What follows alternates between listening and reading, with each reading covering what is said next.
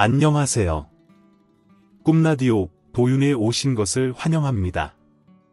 쌀쌀함 구독자 여러분, 안녕하세요.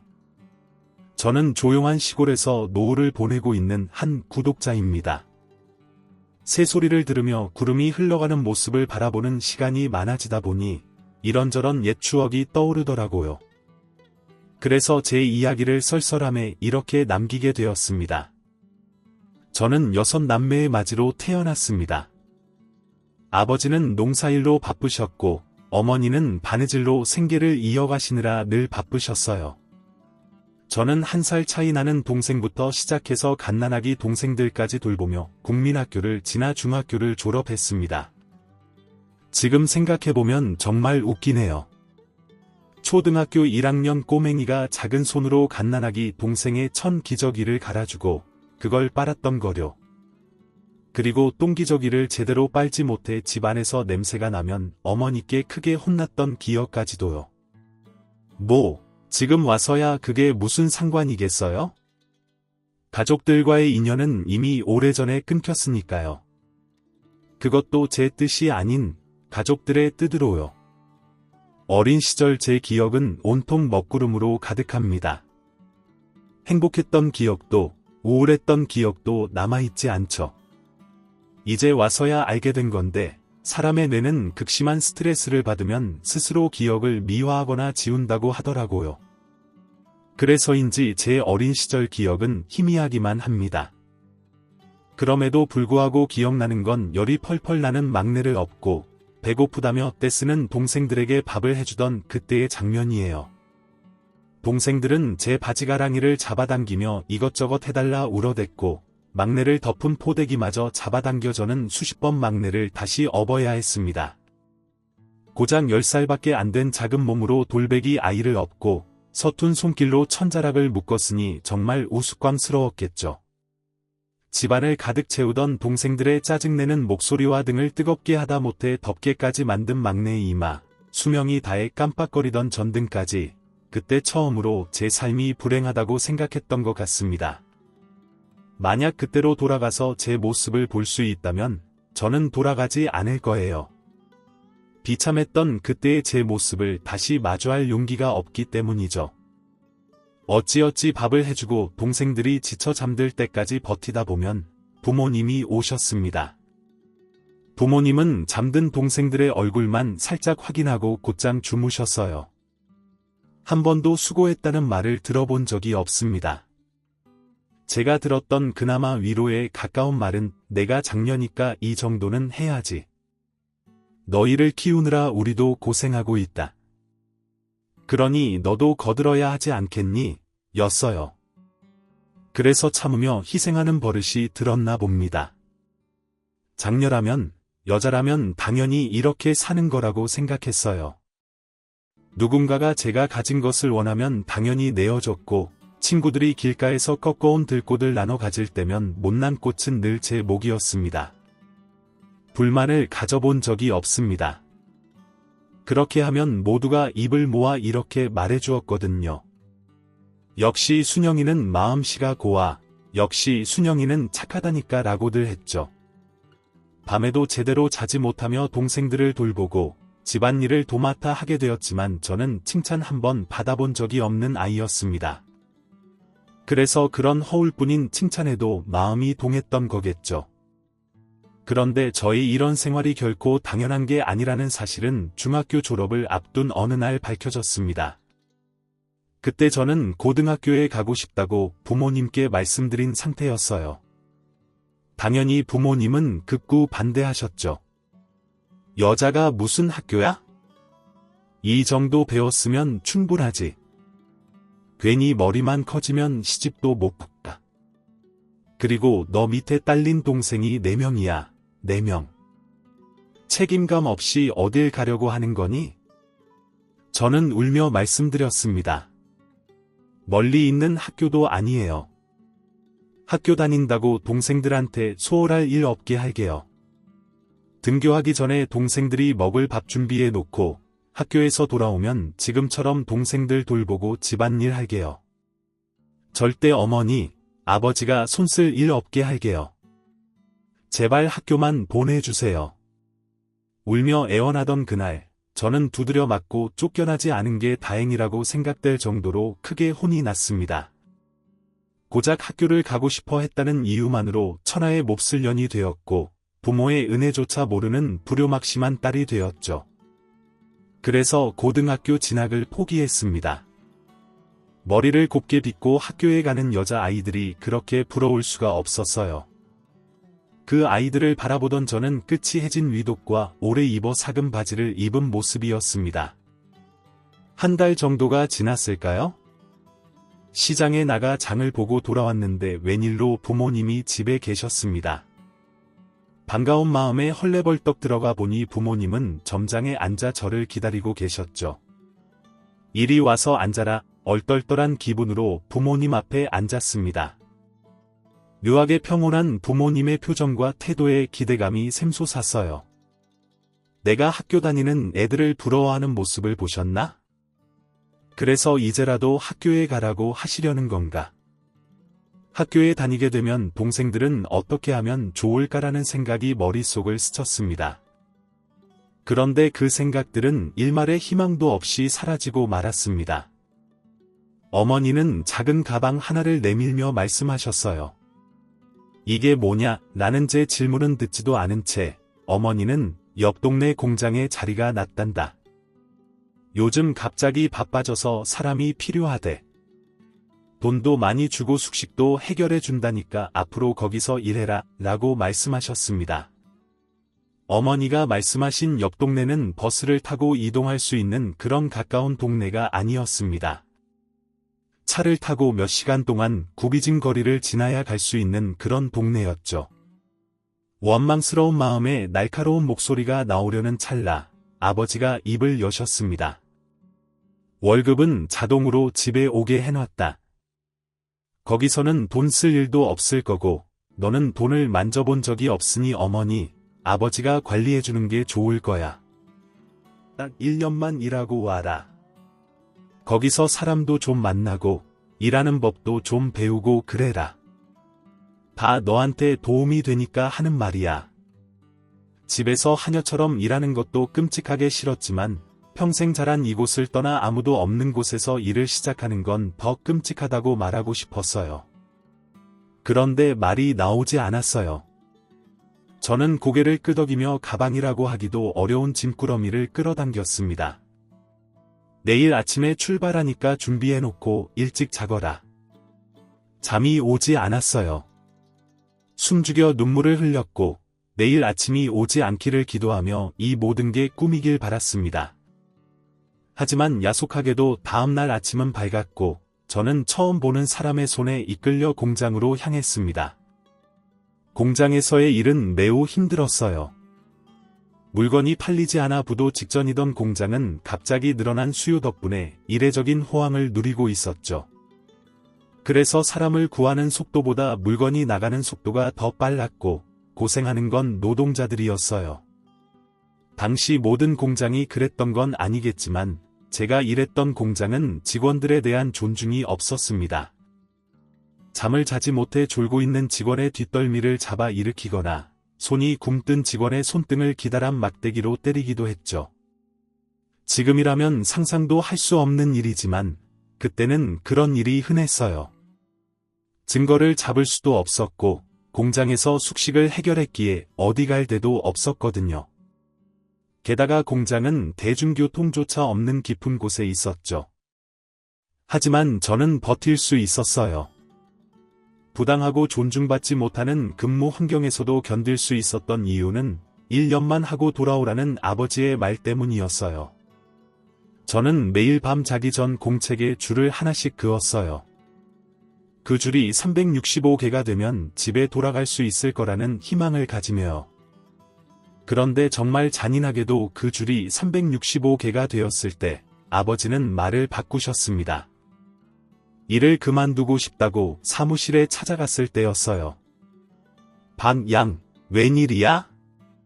올해로 일한 지 1년이 되어서요. 이제 그만두고 싶습니다. 삐딱하게 앉아있던 관리자는 의자를 돌려 저를 바라봤어요. 이상하다는 듯이 고개를 갸웃거리며 박양, 그게 무슨 소리야? 라고 했죠. 관리자의 반응을 예상하지 못한 건 아니었어요.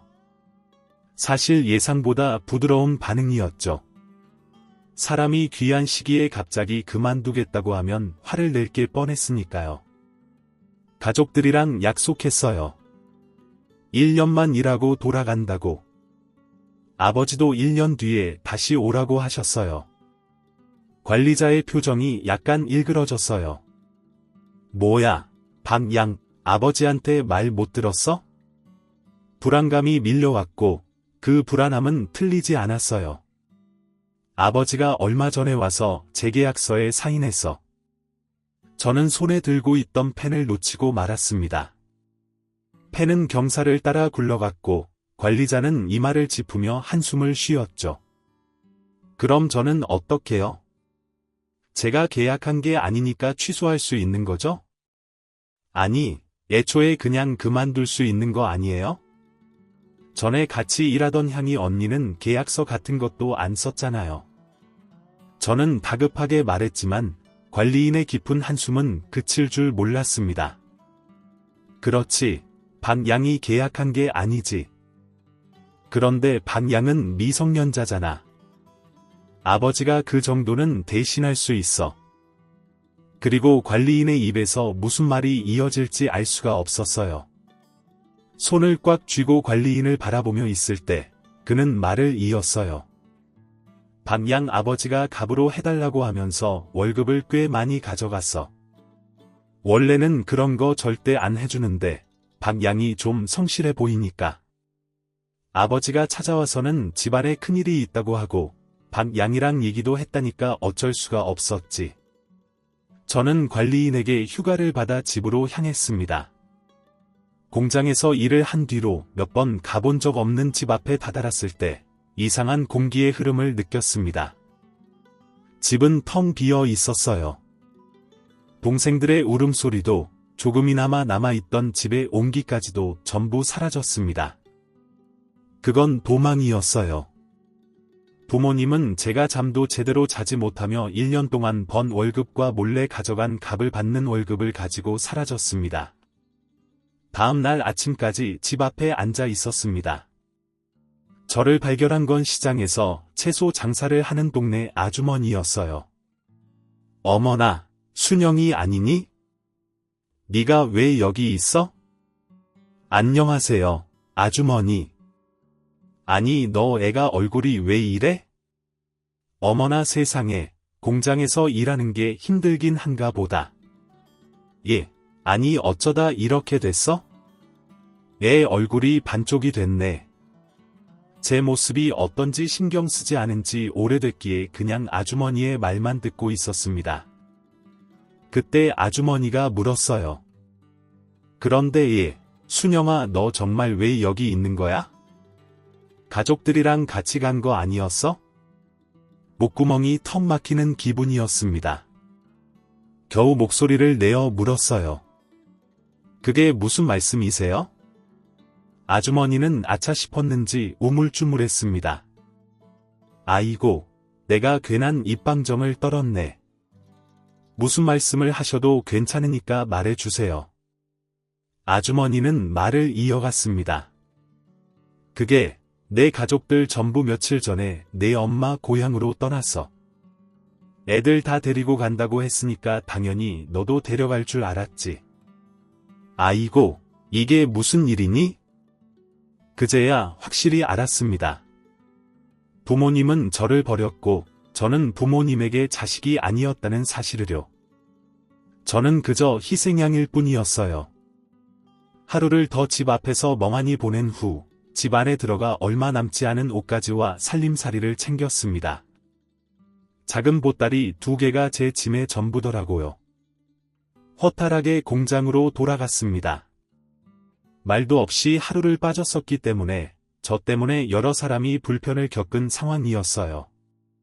제가 돌아오지 않아 곤란했던 관리자, 저 대신 일을 해야 했던 사람 등등. 제가 공장 안으로 들어오자 여러 사람이 제 앞으로 쫓아왔습니다. 아니, 순영아, 너는 애가 왜 말도 없이 함께 일하던 언니는 금방 입을 다물었습니다. 아니다. 집에 다녀온다고 했었지. 얼른 들어가서 쉬어. 감사합니다. 함께 방을 쓰는 언니는 제 눈치를 받고 저는 그 앞에 앉아 고민했습니다. 앞으로 어떻게 해야 할지 생각해야 했어요. 점심, 저녁도 걸은 채 해가 지고 모든 방에 불이 꺼졌을 때 비로소 결정을 내릴 수 있었습니다. 열심히 일하자. 장녀로서 5명의 동생들을 키우듯이, 그리고 그토록 가고 싶던 고등학교 진학도 포기한 채 부모님이 원하던 공장에 들어온 이유는 하나, 책임감 때문이었습니다. 배운 것도 없고 가진 것도 없는 10대 소녀가 할 수 있는 건 오직 일뿐이었어요. 바쁘게 일하는 거요. 완전히 괜찮아졌다고 말하기는 어렵지만 저는 바로 다음 날부터 일을 시작했습니다. 냉정하고 사람을 귀하게 여기지 않는 관리자마저도 조금 쉬는 게 어떻겠냐고 말할 정도였지만 그럴 수는 없었습니다. 부모님이 가지고 간 돈의 몫을 채워야 했으니까요. 그래서 정말 열심히 일했습니다. 이 모습이 좋게 보였는지 좀 더 편한 곳에서 물품을 검수하고 확인하는 일을 맡게 되었습니다. 덕분에 공장의 분위기도 많이 좋아졌다고 하더라고요. 수직적이고 딱딱한 분위기 속에서 사람들이 언니, 이모 하며 따르는 제가 생긴 거였으니까요. 그렇게 1년이 지났을 때 관리자를 포함한 모든 사람들이 계속 같이 일하자고 했습니다. 관리자는 박양, 여기서 계속 일하는 게 좋지 않겠어? 1년 동안 모은 돈도 없고 이제 겨우 19살인데 어디 가서 적응할 수 있겠어? 라고 말하며 잡았지만 저는 완강히 거절했습니다. 일하는 것도 편했고 함께 일하는 사람들도 좋았지만 상처로 시작해 상처로 끝난 그 공장에 더는 있을 수 없었죠. 제가 완강히 거절하자 관리자는 그럼 딱 3달만 더 일해. 한 푼도 없이 나가면 고생만 더 하지 라고 말했고 그 말에 수긍한 저는 정확히 3달을 채우고 공장을 떠났습니다. 공장 언니들이 1푼 2푼 모아 선물해준 예쁜 원피스를 받아들고요. 공장을 나온 뒤 향한 곳은 부모님과 함께 살던 집이었습니다. 1년 동안 찾지 않았던 거리에 오니 정말 많은 것들이 변해 있더라고요. 생소하게 나 있는 길도 있었고 제가 알던 길이 사라진 곳도 있었습니다. 그리고 가장 큰 변화가 있던 곳은 제가 살던 집이었어요. 집을 눈앞에 두고도 못 알아볼 정도였으니까요. 저는 집이 있던 자리를 한참 동안 서성이다가 집 앞에 있던 큰 모과나무를 보게 되었습니다. 그리고 모과나무 앞에 있는 큰 건물이 있는 자리가 옛집이 있던 자리였다는 걸 알게 되었죠. 부모님이 도망간 마당에 그 집이 그대로 남아있지 않았으리라 생각했지만 그 집은 아버지 가문 대대로 내려온 집이었어요. 아버지는 집을 팔라고 찾아오는 사람들에게 소금을 뿌리며 쫓아내던 분이셨습니다. 아무리 큰 돈을 들고 와도 조상님 뵐 낯이 없다며 거절하시던 분이셨죠. 그래서 아버지가 집을 버리고 도망쳤어도 그 집은 팔지 않았을 거라고 생각했나 봅니다. 저는 어디로 떠날지 정해질 때까지 제가 살던 동네의 작은 여관방에서 지내기로 했어요.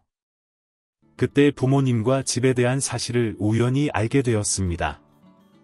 부모님이 집을 버리고 떠나던 시점에 땅이 거래됐고 제가 공장에 다시 들어간 지 얼마 되지 않아 공사가 시작되었던 거죠.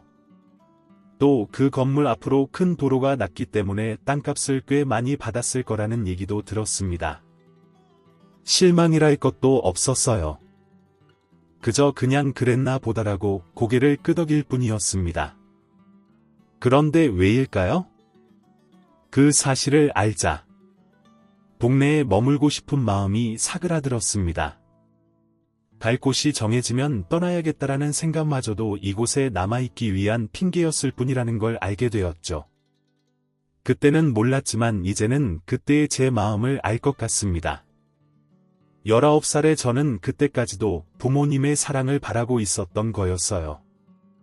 비록 부모님은 저를 떠나고 저를 이용했을지라도 말이죠. 그런데 그 기대가 산산이 조각났으니 더 이상 부모님과 가족에 대한 미련이 사라진 거였습니다. 곧바로 자리에서 일어나 여관으로 향해 짐을 쌌습니다. 부모님이 떠난 집에서 챙겨온 2개의 보따리. 1년 동안 늘어난 짐은 고작 공장 언니들이 돈을 모아 사준 원피스 한 벌이었습니다. 제가 떠나온 곳은 제 고향에서 버스를 2번 갈아타야 나오는 지역이었어요. 부모님이 떠났다는 어머니의 고향으로 갈까 생각해 본 적도 있지만 가서 거절당할 바에야 아예 찾아가지 않는 편이 낫겠다는 생각을 했습니다. 제가 도착한 그곳은 공장에서 한방을 쓰던 언니의 고향이었어요. 사람은 적지만 날씨가 좋고 마을 안에서 살짝 들어가면 나오는 계곡이 일품인 곳이었죠. 저는 곧바로 살 수 있는 집과 일할 수 있는 곳을 찾았습니다. 그런데 수월할 거라고만 생각했던 이 일은 생각보다 쉽지 않았어요. 워낙 작은 동네이다 보니 마땅한 일자리가 없었던 거였죠. 일꾼이 필요하면 서로 돕고 가족들끼리 함께 일하고 그런 시기였으니 일자리가 구해질 턱이 없었습니다. 일자리도 구해지지 않는 상황에서 시간을 버리는 건 너무 손해였습니다. 수중에 있는 돈 모두를 여관 비용에 쓰게 될 지경이었으니까요. 수중에 남은 돈을 세어보고 나니 결정을 할 때가 왔더라고요. 딱 이틀만 일자리를 구해보고 안 되면 다른 곳으로 가야겠다고 결심했습니다.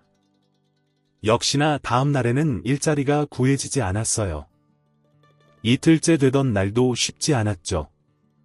이젠 정말 마음을 접어야겠구나 하고 터덜터덜 걸어가는데 한 아주머니가 멀리서 저를 불렀습니다.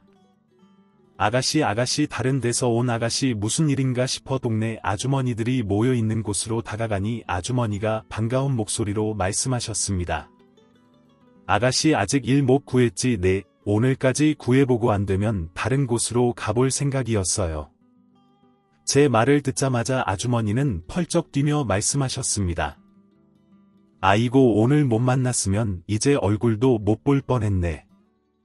아주머니는 옆에 계시던 인상 좋은 아주머니에게 말씀하셨습니다. 어때? 언니 일 야무지게 할 것 같지 않아? 얘기 들어보니까 공장에서 2년 동안이나 일했대. 나이도 어린 아가씨가 우리는 일손을 쓰고 말고 할 형편이 안 돼서 어쩔 수 없었는데 언니네는 사람 필요하다며 어때? 아주머니는 눈을 반짝이고 계셨습니다. 인상 좋은 아주머니는 나야 사람 있으면 좋지. 지금 다들 바빠서 일 도와줄 사람도 없잖아. 그런데 아가씨 농사일 해봤어요? 라고 물으셨어요. 저는 솔직하게 말했습니다. 농사일은 해본 적이 없어요. 집안일이나 아이 보는 건 잘해요. 공장에서 일해서 손으로 하는 건 다 잘하고요. 인상 좋은 아주머니는 의아하다는 말투로 되물으셨습니다. 공장에서 일하는 건 그렇다 치고 육아는 왜 아가씨에 있어? 저는 손사이 치며 대답했어요. 아니에요. 동생이 많아서요. 그래서 아이 보는데 능숙한 거예요. 아주머니는 고개를 끄덕이며 말씀하셨습니다. 그래 뭐 애 볼 일이 있는 건 아니니까 나이가 어려 보이는데 육아 얘기를 해서 놀랐어. 일이 많이 힘든 건 아닌데 요즘 농사 짓는 사람들이 다 힘들어서 일손을 도와줄 사람이 없네. 한두 달 정도는 일할 수 있을 텐데 괜찮나? 이것마저도 감지덕지였습니다. 2달 동안 일을 하면서 다른 일자리를 구하면 시간을 벌 수 있었던 거니까요. 인상 좋은 아주머니는 지낼 곳은 있고 어디서 지내라고 물으셨습니다. 그리고 제가 지낼 수 있는 별채를 내어주었어요.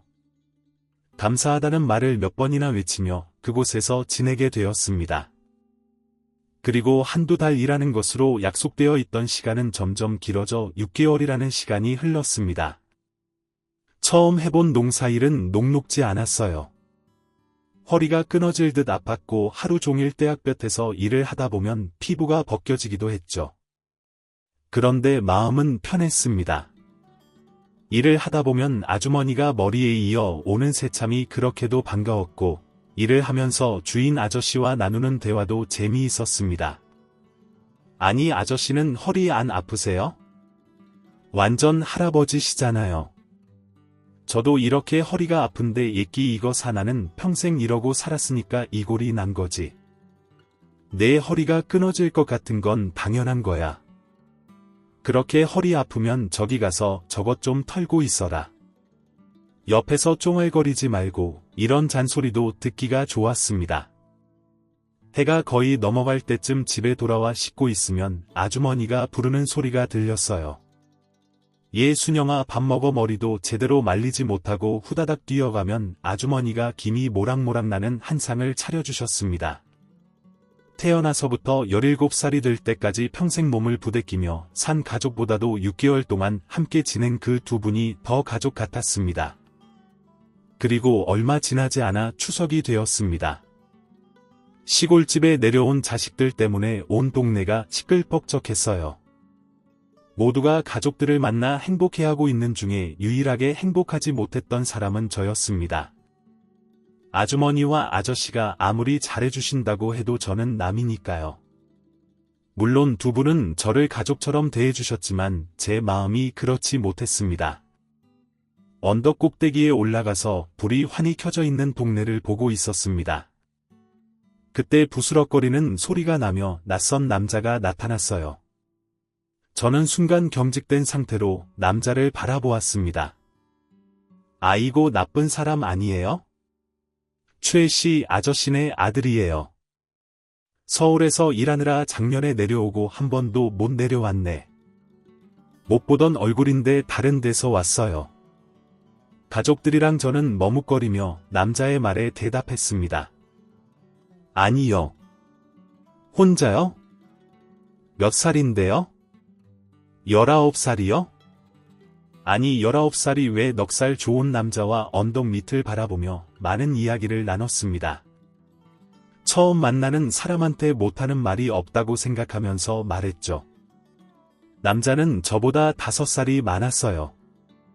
고향은 여기인데 군대에서 알게 된 형과 함께 일하느라 서울에 있다고 했죠.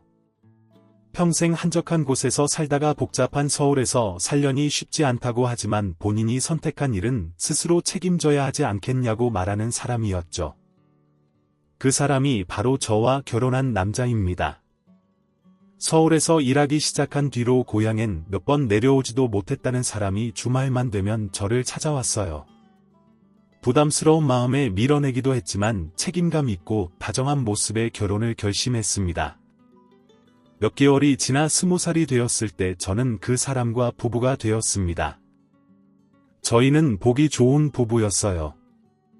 사실 결혼하고 나서도 불안감이 없지 않았습니다. 제가 보고 자란 부모님은 매일 싸우시고 짜증내는 분들이었거든요. 너무 행복했지만 문득 불안함이 몰려오기도 했습니다. 하지만 남편은 언제나 한결같았어요. 그 사이에 연년생 아들 둘을 낳았고 남편은 복잡한 서울에서 내려와 목수 일을 시작했습니다. 풍족하게 산 건 아니었지만 그렇다고 부족한 건 아니었죠.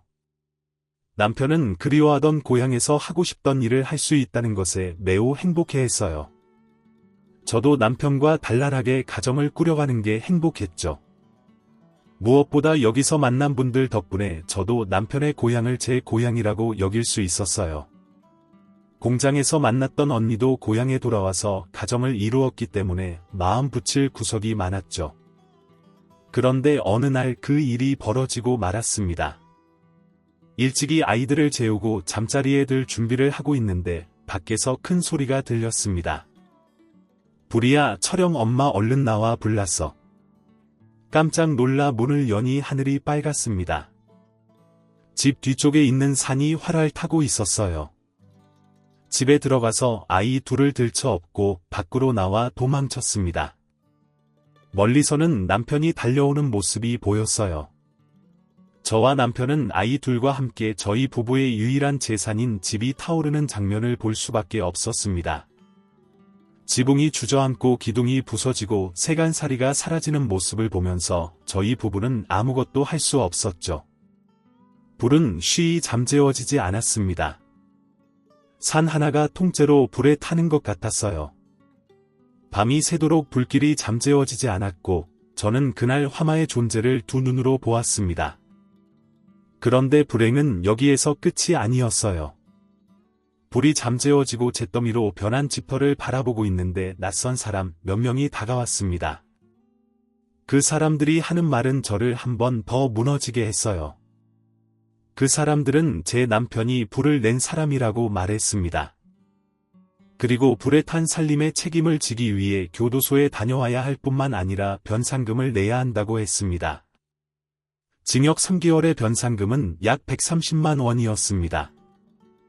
그 당시 공무원 월급과 비교해보면 약 2,500만 원에 달하는 벌금이었죠. 누군가는 이 벌금을 아무렇지 않게 턱턱 낼 수 있을지 모르겠지만 남의 논밭에서 일하며 간간히 가구를 팔며 살던 저희 부부에게 이 돈은 너무나 큰 액수였습니다. 게다가 두 아이까지 딸려 있었어요. 내 식구의 생계를 유지하면서 벌금을 내는 건 사실상 불가능했죠. 무엇보다 집도 전부 불탄 마당에 어디서부터 어떻게 살아야 할지 눈앞이 캄캄했습니다. 남편이 교도소에 들어간 뒤에 아이들과 함께 살 집을 구했습니다. 처음 마을에 왔을 때 신세를 졌던 아주머니가 도와주셨죠. 그런데 제가 지냈던 별채에는 그 사이에 결혼한 아들 부부가 살고 있었습니다. 어떻게 거기서 오랫동안 몸을 의탁할 수 있겠어요? 저는 아이 둘을 들쳐업고 매일마다 시내로 나가 일을 했습니다. 3개월 뒤 남편이 석방되고 나서부터는 그래도 조금 나았어요. 그런데 겨우 4사람 몸매일 정도의 집을 구하자마자 남편이 중풍으로 쓰러졌습니다. 이제부터는 제가 가장이었어요. 아픈 남편과 두 아이를 책임져야 했죠. 악착같이 살았습니다. 울음이 입을 비집고 터져나올 때마다 이를 꽉 깨물었더니 지금도 제 이는 성한 곳이 없어요. 악착같이 일을 해서 번 돈의 대부분은 남편의 약값으로 들어갔고 저는 아끼고 아껴서 남은 돈으로 변상금을 갚았습니다. 변상금을 안 갚고 그냥 교도소에 들어가 버리는 게 낫겠다 생각할 정도로 몸이 너무 고됐지만 그럴 수 없었던 이유는 아이들이 있었기 때문이었습니다. 잘못을 저질러 놓고도 책임을 지지 않는 그런 부모로 기억되고 싶지 않았어요. 그렇게 3년 정도가 지났을까요? 남편은 결국 뇌출혈로 떠났습니다. 아이들에게까지 책임이 가지 않도록 변상금을 꼭 해결해 달라라는 말을 남기고서요. 남편의 죽음을 애도할 시간조차 저에겐 허락되지 않았습니다. 남편의 장례를 치르기 위해 수중에 있는 돈을 확인해 보니 1만 원이 있더라고요. 장례를 치르기엔 택도 없는 돈이었습니다. 그래서 처음으로 남들에게 돈이라는 걸 빌려봤어요.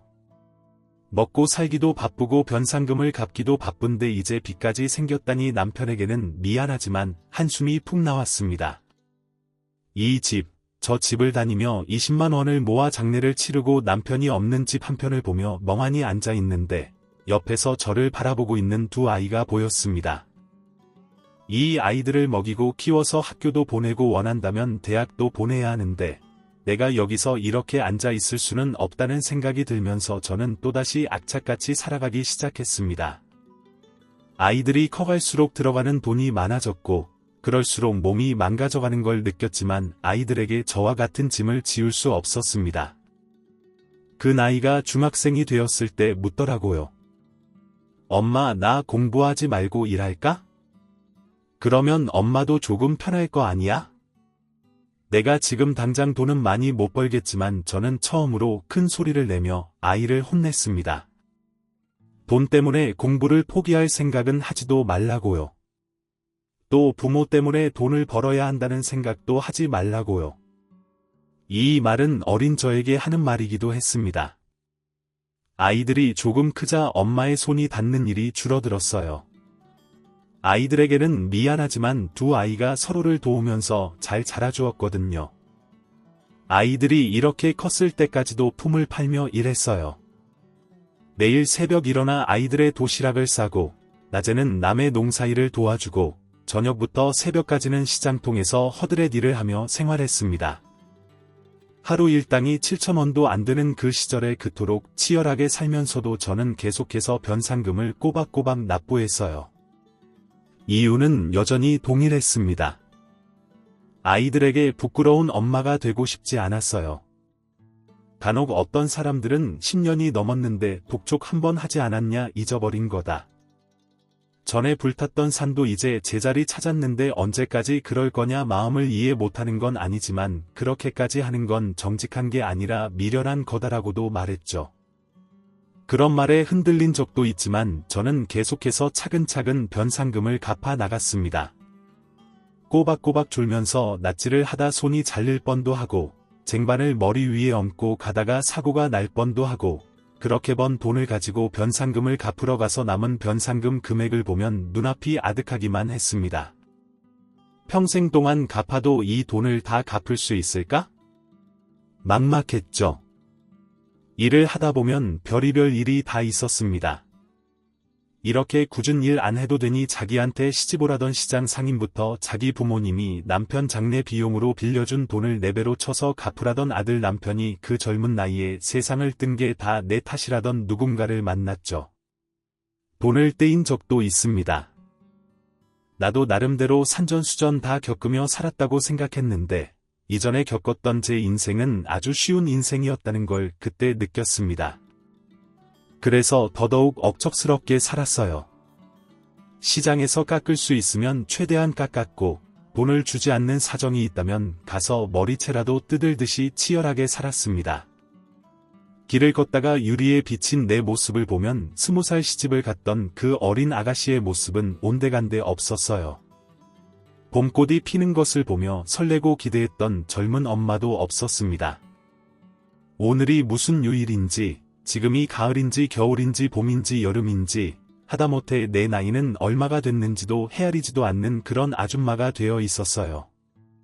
일을 하고 아이를 키우고 사람들에게 욕을 먹고 욕을 하고 변상금을 갚는 삶이 계속해서 반복되었습니다. 이런 삶에 익숙해져 있을 때쯤 가장 만나고 싶지 않았던 사람을 만나게 되었어요. 바로 어머니였죠. 지금의 제 모습보다 누추한 모습으로 나타난 어머니는 제가 사는 모습을 봤으면서도 제 바지가랑이를 붙잡고 늘어졌습니다. 예 수영아, 네 아빠가 사업한다고 일을 버려놓고 도망갔어. 지금 당장 내일 먹을 것도 없고 내 동생들도 배 곪고 있다. 너는 착한 아이잖니 제발 한 번만 도와다오. 예전이었다면 어머니의 모습에 마음이 흔들렸을 수도 있습니다. 그런데 저는 인생의 쓴맛 단맛을 다 맛본 두 아이의 엄마였어요. 당장 내 아이를 먹여 살리기에도 벅찬데 누굴 도울 수 있을까요?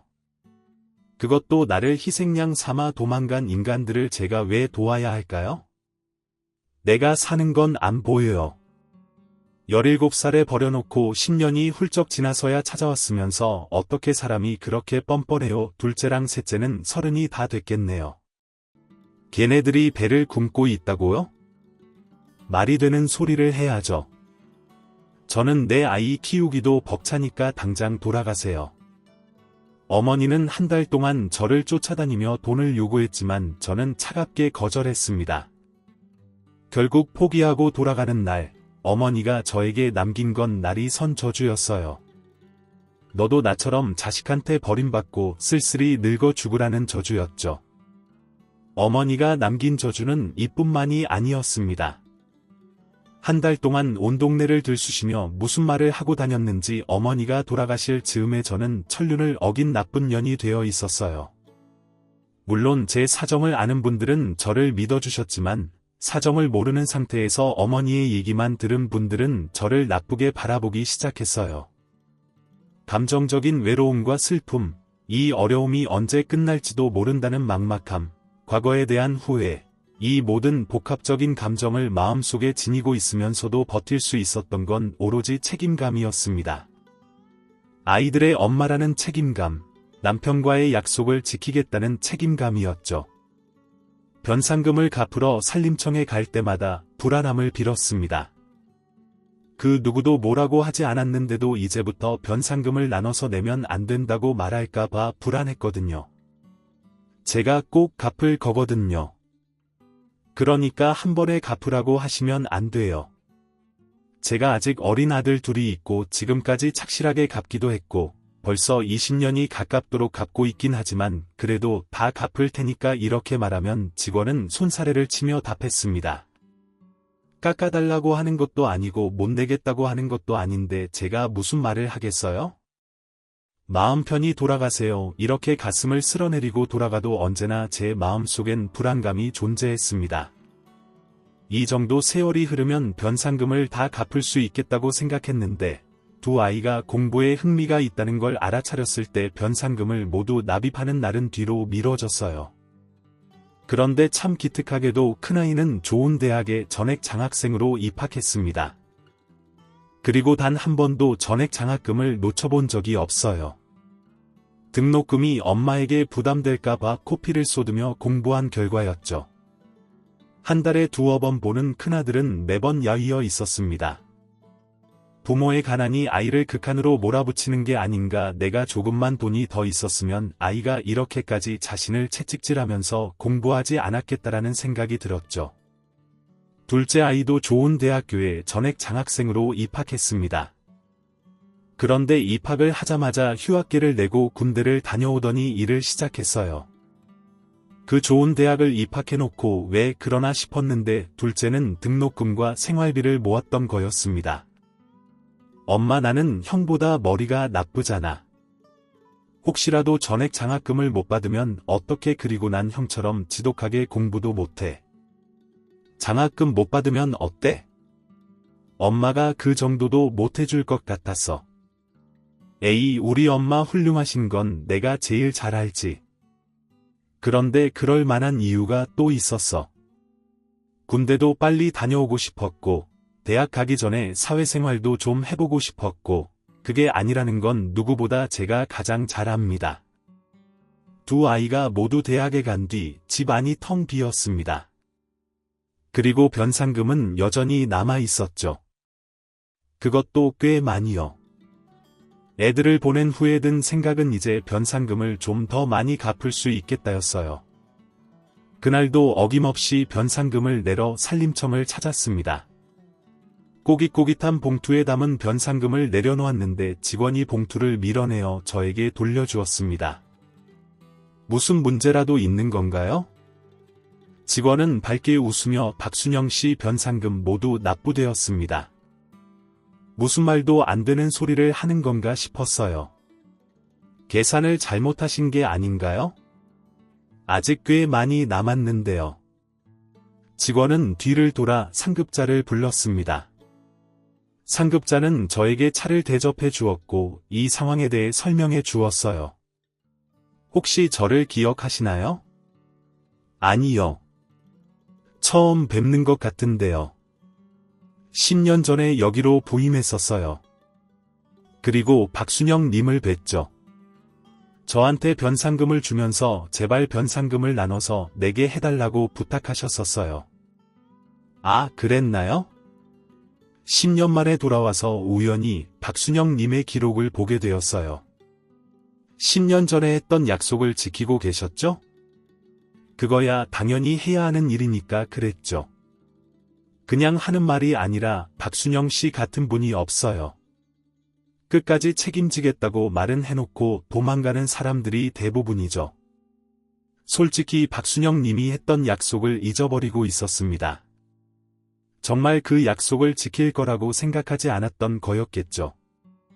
그렇게 말씀해 주셔서 감사하지만 저는 당연한 도리를 했을 뿐입니다. 그래서 제 남은 변상금은 어떻게 된 건가요? 직원이 짧은 숨을 들이마시고 꺼낸 말은 응어리져 있던 제 마음을 한순간에 녹아내리게 했습니다. 존경의 의미를 담아 저희 직원들이 대신 납부하기로 했습니다. 내 3년에 한 번씩 도움이 필요한 분들을 돕는 일을 하고 있더라고요. 올해가 마침 3년째 되는 날이었고요. 직원들이랑 어떤 분에게 드리면 좋을까 고민하고 있는데 모두가 입을 모아서 박순영 씨를 추천했습니다. 다들 저처럼 박순영 씨의 정직함에 감명을 받은 거였겠죠. 손에 들린 찻잔이 뜨거운지도 모르고 찻잔을 쥔 채 한참 동안 고개를 들지 못했습니다. 손을 벌벌 떨었고 단전에서 토해내는 듯한 울음이 터져 나왔습니다. 산림청 직원 모두가 제 울음소리를 듣고 숙연해질 정도로 그렇게 울었습니다. 왜 우는지도 모르고 울었던 것 같아요. 지금 이렇게 사연을 쓰면서 생각해보면 저는 그렇게 이를 악물고 산 게 고통스러웠던 것 같습니다. 열심히 산 것에 대한 원망과 불평은 없지만 피해를 보면 어떻게든 달려가서 싸워 쟁취하고 필요하다면 싸움도 불사했던 악착 같은 모습을 한절을 마주하는 게 고통스러웠던 거죠. 더 이상 나올 눈물도 없고 하도 눈물을 흘려 두통이 심해질 쯤 눈물이 그쳤습니다. 직원의 안내를 받아 산림청 밖으로 나왔을 때 해가 니역니역 지고 있었습니다. 우리 남편도 노을을 참 좋아했는데 20년에 가까운 세월을 지나 보내는 동안 처음으로 기억한 남편과의 추억이었어요. 그날 밤은 언덕 위로 올라가 한참 동안 시내에 켜져 있는 등불을 바라보았습니다. 남편과 처음 만났던 그 장소에서요. 그 사이 높은 건물들이 들어서고 기억에 없는 길이 들어섰지만 남편과 함께 앉았던 그 자리는 그대로였습니다. 변상금이 해결되었다는 소식을 들은 아들들은 곧장 달려와 축하해 주었습니다. 아들들은 그날 주말 일찍부터 저를 깨웠습니다. 변상금을 다 갚았으니 20년이 넘는 시간 동안 한 번도 못 해본 늦잠을 자고 있었거든요. 왜 이렇게 깨어? 아들들은 준비를 마친 채로 무언가를 내밀었습니다. 이건 엄마가 옷 정리하면서 이걸 한참 보더라고. 혹시 아직까지 가지고 있나 싶어서 보니까 이게 딱 있는 거야. 얼른 이거 입어요. 얼른 나가서 바람 쐬게. 아들들이 내민 건 19살에 제가 공장을 나서며 공장 언니들에게 받은 원피스였어요. 또다시 눈물이 왈칵 쏟아질 것 같았지만 자식 앞에서 울 수는 없는 노릇이죠. 엄마 나이가 몇인데 이런 색이 어울릴 리가 없잖아. 그리고 엄마 얼굴도 많이 늙어서 동년배 아줌마들보다 나이 많아 보여. 이거 입고 나가면 사람들이 욕할 걸. 아들들은 완강했습니다. 작은 아들은 본인의 평생 소원은 엄마가 이 원피스를 입는 거라고 농담도 하더라고요. 못 이기는 첫밤으로 들어와 옷을 입어보았습니다. 19. 그 옛날에 선물 받은 원피스였는데 빛바랜 곳도 해진 곳도 없었어요. 나도 참 이걸 못하러 지금까지 가지고 있었는지. 돈도 없는 사람들이 좋은 거 사줬나 보네. 아직도 멀쩡한 거 보면 삐었던 피부는 어디 가고 까맣게 탄 피부만 남았고 윤기 나는 머리카락은 사라지고 억센 머릿결만 남아 원피스와는 전혀 어울리는 모습이 아니었지만 그때만큼은 19 그 꽃 같은 나이로 돌아간 것만 같았습니다. 원피스를 다시 벗고 제가 생각하는 가장 예쁜 옷을 걸치고 나갔어요. 둘째는 실망한 눈빛으로 저를 바라보았죠. 뭐야? 엄마가 입은 거 보고 싶었는데 아무리 생각해도 안 어울리는 것 같아. 나중에 조금 괜찮아지면 그때 입을게. 첫째는 둘째 옆구리를 찌르며 그래 엄마가 편할 때 입어요. 일단 나가죠. 아들들과 처음으로 여유롭게 길을 걸었습니다. 길가에 핀 들꽃을 보며 기뻐하고 아들들에게 꽃 이름을 알려주기도 했죠. 엄마는 이런 것도 알아. 나는 그냥 잡초인 줄 알았는데 길가에 아무렇게나 피어 있는 것 같아도 각자의 이름이 있고 쓰임이 있는 거니까 이런 꽃에도 이름이 있는 게 당연하지. 집으로 돌아오는 길 큰아이가 손에 종이 가방을 내밀었습니다. 엄마 선물 이게 뭐야? 네가 무슨 돈이 있다고 이런 걸 사. 요즘 과외 1시간 하는데 얼마 받는지 알아요? 이제 내가 엄마보다 돈 더 잘 벌 걸. 아들이 선물해준 건 원피스였습니다. 19에 받은 원피스보다는 조금 어둡고 좀 더 점잖은 원피스요. 아들이 직접 번 돈으로 사준 선물의 의미를 알면서도 거절할 수는 없죠. 엄마한테 잘 어울리겠네. 고마워. 잘 입을게. 그 후로부터 또 20년이 지났습니다. 지금의 저는 20년 전에 저보다 얼굴이 좋아요. 아들들은 대학 졸업 후 안정적인 직장 잡아서 예쁜 아내와 자식들을 얻었고 저에게는 5명의 손주가 생겼습니다. 또 자식들이 제가 꿈꿔왔던 식당을 열어주었어요. 큰 식당도 아니고 작은 변두리에 있는 식당이지만 꾸준히 찾아주는 손님들과 이런저런 이야기를 하며 그렇게 여유롭게 살고 있습니다. 지난 제 인생은 죽을 듯이 비참했고 죽을 듯이 힘들었습니다. 그런데 지금은 그때의 고생이 있었기 때문에 이런 행복이 찾아온 거라는 생각을 하게 됩니다. 버티고 버티다 보면 정말 버틸 수 있는 힘이 생기고 그 힘으로 살다 보면 어느 순간 버젓이 살아있는 나를 보게 되는 것 같아요. 40년 동안 고생했고 20년 동안 행복했으니 남은 20년 동안도 행복하게 살아보려고 합니다. 혹시 지금 힘든 삶을 살고 계신 분들이 있다면 오늘 저희 이야기를 조금이라도 기억해 주세요. 그렇게 불행했던 저였지만 저는 지금 행복합니다. 긴 사연 읽어주셔서 감사합니다.